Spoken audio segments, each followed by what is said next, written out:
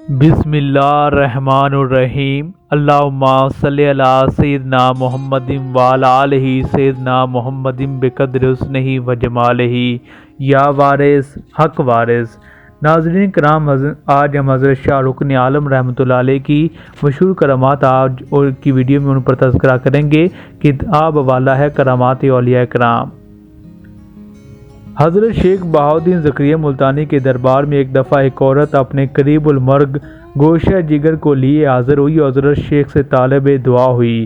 حضرت کے دادا نے حضرت شاہ رکن عالم رحمۃ اللہ علیہ کے دادا حضرت بہاؤالدین زکریا ملتانی رحمۃ اللہ علیہ نے فرمایا کہ جو منظور خدا ہوگا وہی ہوگا۔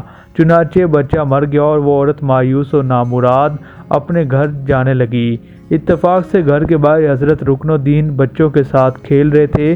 جب اس عورت کی یہ حالت دیکھی تو کھیل چھوڑ کر اس کے پاس پہنچے اور دریافت کیا کہ وہ اس طرح کیوں رو رہی ہے۔ عورت نے کہا کہ تمہارے دادا جان کے دربار میں گئی تھی کہ میرے اس مرتے ہوئے بچے کو دوبارہ زندگی حاصل ہو جائے، مگر افسوس کہ ناکام لوٹنا پڑا۔ حضرت شاہ رکن عالم رحمۃ اللہ علیہ نے فرمایا مگر دیکھو تو صحیح، مجھے تو بچہ زندہ لگتا ہے۔ خدا کی شان ملاحظہ ہو کہ جب عورت نے بچے کے منہ سے کپڑا اٹھا کر دیکھا تو سچ مچ بچہ مسکرا رہا تھا۔ وہ عورت خوشی خوشی گھر چلی گئی۔ جب حضرت کے دادا نے یہ واقعہ سنا تو حضرت کو منع فرمایا کہ بیٹا، اہل طریقت کے نزدیک ایسی دیدہ دلیری پسند نہیں۔ حضرت کو خداوند پاک سے وہ بزرگی اور عظمت فطری طور پر حاصل ہوئی تھی کہ 10 سال کی ہی مختصر سی عمر میں مجاہدہ و مراقبہ میں اس قدر جوش اور جفاکشی ظہور میں آئی کہ کشف قلوب، کشف قبور، تہ لسانی، تہ عرض کے رموز و نکات حضرت پر بخوبی ظاہر ہو گئے۔ 12 سال کی عمر میں قرآن پاک آپ نے حفظ کر لیا۔ علم فقہ اور تفسیر و حدیث پر اس قدر عبور حاصل ہوا کہ عام عقل و ہوش کے انسان کو میسر نہیں آ سکتا۔ حضرت شاہ رکن الدین عالم رحمۃ اللہ علیہ کی طبیعت میں علم انکسار کوٹ کوٹ کر بھرے ہوئے تھے۔ خلق خدا کو حضرت کی ذات بابرکات سے ہمیشہ فیض بے پایاں پہنچتا تھا۔ کوئی حاجت مند خدمت عالیہ میں حاضر ہوتا تو نامراد واپس نہ جاتا، اس کا مطلب حل ہو جاتا تھا۔ چنانچہ فرط حاجت روائی کے باعث مخلوق نے آپ کو حضرت قبلہ حاجات مشہور کر دیا تھا۔ حضرت کی وضع اور روش حضرت شیخ ابو سعید ابو الخیر کی وضع اور روش سے ملتی جلتی تھی۔ حضرت کی مجلس میں کیا بزرگی ہوگی کہ حضرت کے مریدوں میں حضرت سید جلال بخاری المعروف مخدوم جہانیہ جہاں گشت جیسے جلیل القدر بزرگ بھی شامل ہیں۔ حضرت شاہ رکن الدین رحمۃ اللہ علیہ جب پہلی بار دلی تشریف لائے تو عقیدت مند جوگ در جوگ حضرت کی خدمت میں آئے اور عوام و خواص کے علاوہ سلطان علاء الدین جیسا متکبر شخص بھی حضرت کے استقبال کو گیا اور نہایت عزت و احترام کے ساتھ آپ کو دلی لایا۔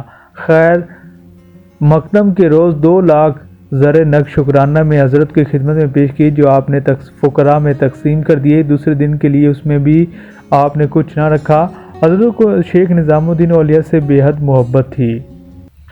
یہ واقعہ کہ سلطان مبارک شاہ خلجی حضرت محبوب الہی نظام الدین اولیاء سے ناراض ہو گئے اور ان کے اثر و رسوخ کو کم کرنے کے لیے حضرت کو بلوا بھیجا۔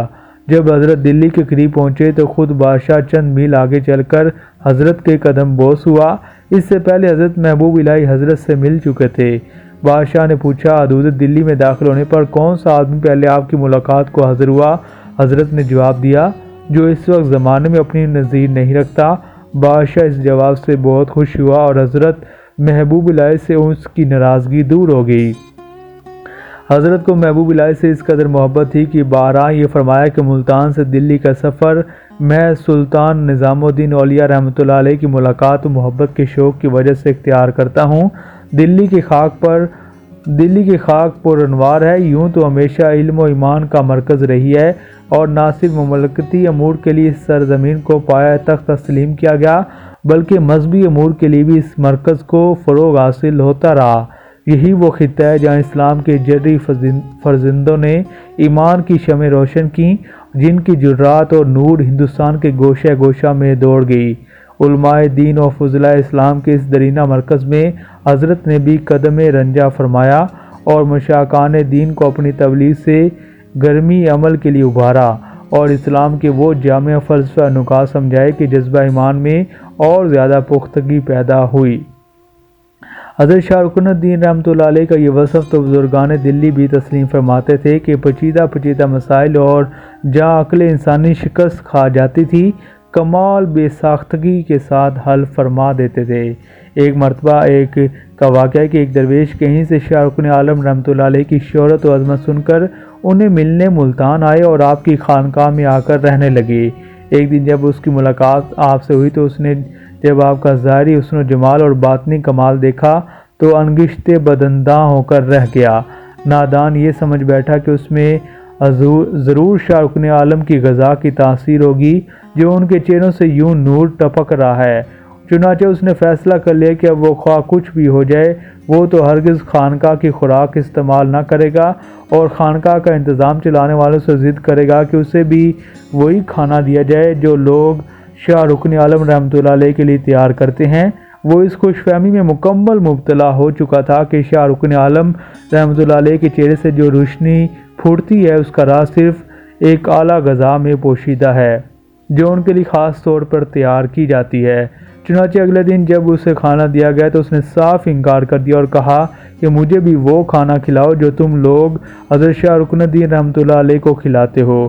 خانقاہ کا لنگر چلانے والوں نے ہر طرح کی منت سماجت کر کے دیکھ لی، لیکن وہ درویش بھی ایک ہٹ دھرم تھا اور اس نے کسی کی بات نہ سنی اور صرف یہی مطالبہ کرتا رہا کہ کھانا کھانا ہے تو مجھے وہی کھانا کھلاؤ جو لوگ تم شاہ رکن عالم رحمۃ اللہ علیہ کو کھلاتے ہو۔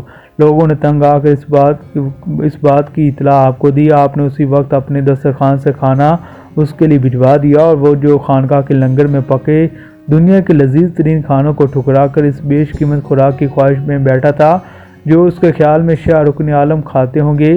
اس نے جب اپنے آگے جو کی روٹی اور بے نمک ابلی ہوئی سبزی دیکھی تو حیرت سے چلا کر بولا، یہ تم لوگ مجھے کیا کھلانے کے لیے اٹھا لائے ہو؟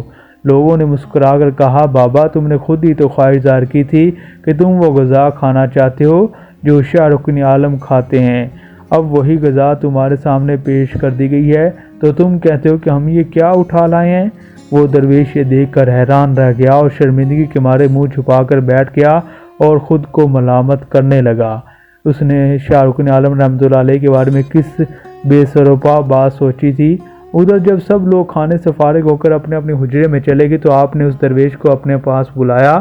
وہ ندامت سے سر جھکائے آپ کے پاس پہنچا تو آپ رحمۃ اللہ علیہ نے فرمایا، بابا ہماری یہ خوبروئی اعلیٰ اور مرغن کھانے سے نہیں بلکہ ریاضت اور عبادت سے حاصل روحانی غذا سے ہے۔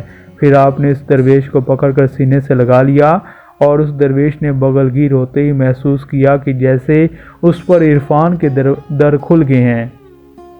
وہ فوراً آپ کے قدموں میں گر کر رونے لگا۔